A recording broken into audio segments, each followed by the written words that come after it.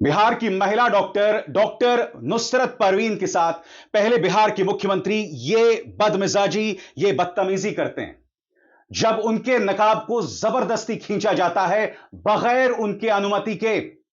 और उसके बाद एक दुखद खबर आती है कि डॉक्टर नुसरत परवीन ने फैसला किया है कि वो आगे डॉक्टरी नहीं करेंगी। इससे बड़ी त्रासदी कुछ नहीं हो सकती थी दोस्तों, मगर अब दो बयान सामने उभर कर आए हैं। पहला बयान है राज्यपाल आरिफ मोहम्मद खान का, निहायत ही शर्मनाक बयान जो मैं आपको पढ़ के सुनाऊंगा। और दूसरा बयान झारखंड में भारतीय जनता पार्टी नेता सीपी सिंह का। पहले मैं आपका ध्यान खींचना चाहूंगा सीपी सिंह ने दरअसल कहा क्या। एबीपी न्यूज के मुताबिक भारतीय जनता पार्टी का यह विवादास्पद नेता क्या कह रहा है, गौर फरमाइए। नीतीश कुमार के हिजाब विवाद के बीच झारखंड में बीजेपी नेता सीपी सिंह का विवादित बयान सामने आया है। जिस महिला डॉक्टर का सीएम द्वारा हिजाब खींचा गया था, अब सीपी सिंह ने उस डॉक्टर का दिल्ली ब्लास्ट से कनेक्शन होने का शक जताया है। उन्होंने कहा है कि मुझे तो यह लगता है कि इस डॉक्टर का कनेक्शन दिल्ली में लाल किले के पास हुए बॉम्ब ब्लास्ट से तो नहीं है। मैं समझना चाहता हूं दोस्तों, भारतीय जनता पार्टी के नेता यह शर्मिंदगी भरा बर्ताव कहां से लाते हैं, यह घटियापन आता कहां से है। क्योंकि याद कीजिएगा दोस्तों, क्या कहा था केंद्र में मंत्री गिरिराज सिंह ने नुसरत परवीन के बारे में। उन्होंने कहा था जहन्नुम में जाओ। पहली बात, सरेआम बगैर आपकी अनुमति के आपका नकाब खींचा जाता है। अब सीपी सिंह कहते हैं कि उनके कनेक्शन दिल्ली बॉम्ब ब्लास्ट से हैं। Mister CP Singh, 2900 kilogram ammonium nitrate Faridabad कैसे पहुंचा, उसके बाद वो आतंकवादी वो गाड़ी लेके लाल किले में कैसे घूम रहा था, इन तमाम सवालात के जवाब अब तक देश के गृह मंत्री अमित शाह ने नहीं दिए हैं, भारतीय जनता पार्टी सरकार ने नहीं दिए हैं। और ये मान्यवर कह रहे हैं कि डॉक्टर नुसरत परवीन का कनेक्शन दिल्ली बॉम्ब ब्लास्ट से है। शर्म नहीं आती आपको इस तरह की बातें करते हुए? पहले राज्य के मुख्यमंत्री इस तरह की हरकत करते हैं साहब। उसके बाद खबर आती है कि डॉक्टर नुसरत परवीन ने फैसला किया है कि अब वो डॉक्टरी नहीं करेंगे।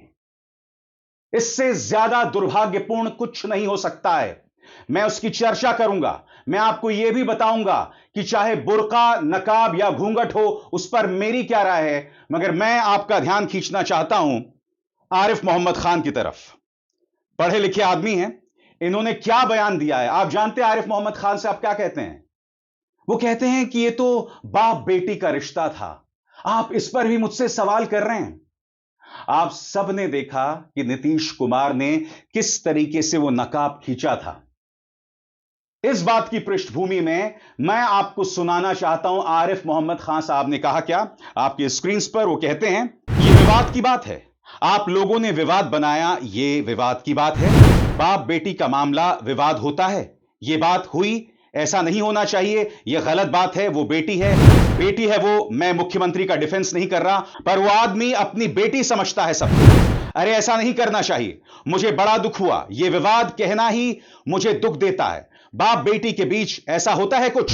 पत्रकार, बेटी को ज्वाइन कर लेना चाहिए, जवाब कर लेना चाहिए, और यह समझना नहीं चाहिए वो बाप की तरह है तो विवाद क्यों। यानी कि आरिफ मोहम्मद खान साहब एक तरफ कहते हैं कि मैं टिप्पणी नहीं करूंगा, और दूसरी तरफ इस हरकत को उन्होंने बाप बेटी के रिश्ते की मिसाल बता दी। मैं समझना चाहता हूं दोस्तों, भारतीय जनता पार्टी, उनके नेता जहां से उठकर आ रहे हैं, जिस पृष्ठभूमि से उठकर आ रहे हैं, किस तरह की सोच है, किस तरह की सोच पनपती है इनके परिवारों में, यह समझना चाहता हूं मैं।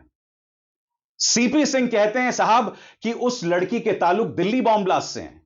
गिरिराज सिंह कहते हैं जहन्नुम में जाओ। अगर आप भूल गए हो तो फिर से उनका बयान सुनिए, क्या कहा था उन्होंने। कुमार जी ने एक गार्जियन की हैसियत से, आप पासपोर्ट लेने जाती हो तो दिखाती हो कि नहीं?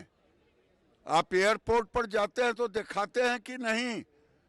पाकिस्तान और इंग्लिस्तान की बात करते हैं। ये भारत है, भारत में कानून का राज चलेगा। नीतीश कुमार ने सही किया। लड़की कह रही है कि नौकरी रिफ्यूज कर दी उसने। वो रिफ्यूज करे या जहन्नुम में जाए। जहन्नुम में जाइए। हर गुजरते दिन के साथ भारतीय जनता पार्टी यह प्रमाणित कर रही है कि उनके अंदर किसी तरह की कोई इंसानियत नहीं है। अब मैं आपको एक और बयान सुनाना चाहता हूं साहब। आपके स्क्रीन पर यह है जितिन राम मांझी, कहते हैं कि अगर नीतीश कुमार 25-30 साल के होते तो उनकी मंशा पर सवाल उठाया जा सकता था, मगर वो तो 74 साल के हैं। तर्क देखिए साहब, यानी कि कोई बुजुर्ग आदमी कुछ उल्टी सीधी हरकत नहीं कर सकता, सिर्फ 25 से 30 साल का युवा ही इस तरह की हरकत कर सकता है। मुद्दा क्या है मैं आपको बतलाना चाहता हूं, और भारतीय जनता पार्टी के नेता अभी कलम लें और पेपर लें ध्यान से। रजामंदी, इस शब्द पर गौर कीजिएगा। कंसेंट, जब तक महिला आपको छूने की इजाजत ना दे आप उसे नहीं छू सकते। क्या कंसेंट इतना मुश्किल शब्द है भारतीय जनता पार्टी के लिए? क्या वो ये कहने लगे हैं कि अगर नीतीश कुमार 25 से 30 साल के होते और अगर ऐसा हरकत करते तो उनकी मंशा पर सवाल उठाया जा सकता था, मगर अब चूंकि वो 74 साल के हैं लिहाजा उनकी मंशा पर सवाल नहीं उठाया जाएगा। सुनिए जितिन राम मांझी क्या कह रहे हैं। शर्मनाक बयान। हिजाब की बात को लोग बेवजह तूल दे रहे हैं, उसको तूल देने की ज़रूरत नहीं है। अगर नीतीश कुमार 25 वर्ष के 30 वर्ष के छोकरा होते और वो डॉक्टर के हिजाब को नीचे करते तो कर सकते थे कि हो सकता था गलत कोई इंटेंशन हो। ये 74 वर्ष के बूढ़ा आदमी ये बेटी समझ के पुतोह समझ करके उसको कह रहे थे कि तुम हिजाब लेकर के कैसे ड्यूटी करोगे, हिजाब को भी थोड़ा सा नीचे रखो, एकदम मुंह मत झाँको और जनता का सेवा करो। एक काम के लिए उसको कर रहे थे, कोई गलत नोशन से नहीं कर रहे थे। और धन्यवाद देते हैं उसके परिवार को, उसके जहाँ पढ़ी है उसके प्रिंसिपल को। वो लोग कह रहे हैं कि साहब इसको तूल देने की ज़रूरत नहीं है। वो लोग कहा दिया था कि वो नौकरी नहीं करेगी, वो एक्सेप्ट कर लिया कि हाँ हम नौकरी करेंगे, इसलिए हम तो उसको धन्यवाद देते हैं। लेकिन बेवजह पत्रकार लोग और विरोधी लोग इसको तूल दे रहे हैं। बहरहाल दोस्तों, मैं आपको एक और खबर बताना चाहता हूं जो कि एक अच्छी खबर है। सबसे बड़ी बात, अगर नुसरत परवीन मेरी आवाज सुन रही हैं, मेरा कार्यक्रम देख रही हैं, आपने बहुत मेहनत करके पढ़ाई करके आप इस मुकाम पर पहुंची थी। अगर किसी ने आपके साथ बदतमीजी की है तो यह आपकी गलती नहीं है। मैं नहीं जानता हूं कि आपके घर में आपको कौन मशवरा दे रहा है, मगर कृपया इतना बड़ा गुनाह मत कीजिए। आपकी जरूरत इस समाज को है, आपकी जरूरत है सिर्फ 1, 2 या 3 सेकंड के लम्हे के लिए आप अपनी जिंदगी बर्बाद नहीं कर सकते। बहरहाल झारखंड की सरकार यानी कि जहां पर हेमंत सोरेन मुख्यमंत्री हैं, उनकी तरफ से एक सिफारिश आई है। आपकी स्क्रीन पर आज तक की यह खबर। नीतीश के हिजाब खींचने से चर्चा में आई डॉक्टर नुसरत परवीन को हेमंत सरकार का ऑफर। बिहार में महिला डॉक्टर नुसरत परवीन के साथ हुई शर्मनाक घटना के बाद झारखंड सरकार ने बड़ा और मानवीय फैसला लिया है। स्वास्थ्य मंत्री डॉक्टर इरफान अंसारी ने उन्हें झारखंड स्वास्थ्य सेवा में 3 लाख मासिक वेतन, मनशाही पोस्टिंग, सरकारी आवास और पूर्ण सुरक्षा के साथ नियुक्ति का प्रस्ताव दिया है। एक शानदार पहल हेमंत सोरेन सरकार द्वारा, और मुझे लगता है इसका स्वागत किया जाना चाहिए। डॉक्टर नुसरत परवीन को पहली बात तो बिहार में ही काम करना चाहिए। जी हां, कायदे से आपको बिहार में ही काम करना चाहिए। और अगर आपको ऐसा लगता है कि आपकी सुरक्षा को लेकर ढेरों सवाल हैं, तो झारखंड सरकार ने आपको ऑफर दिया ही है, उस पर अमल कीजिए और अपनी जिंदगी को बनाइए। सिर्फ 5 या 6 सेकंड की वजह से अपनी जिंदगी को बर्बाद मत कीजिए। डॉक्टर नुसरत परवीन, मेरी बात ध्यान से सुनिएगा। आज से कई सालों बाद अगर आप अपने उस फैसले पर टिकी रहती हैं, यानी कि अगर आप डॉक्टरी छोड़ देती हैं, आज से कई साल बाद आप अपने उस फैसले पर खेद जताएंगी। आपको अफसोस होगा कि मैंने यह फैसला क्यों ले लिया।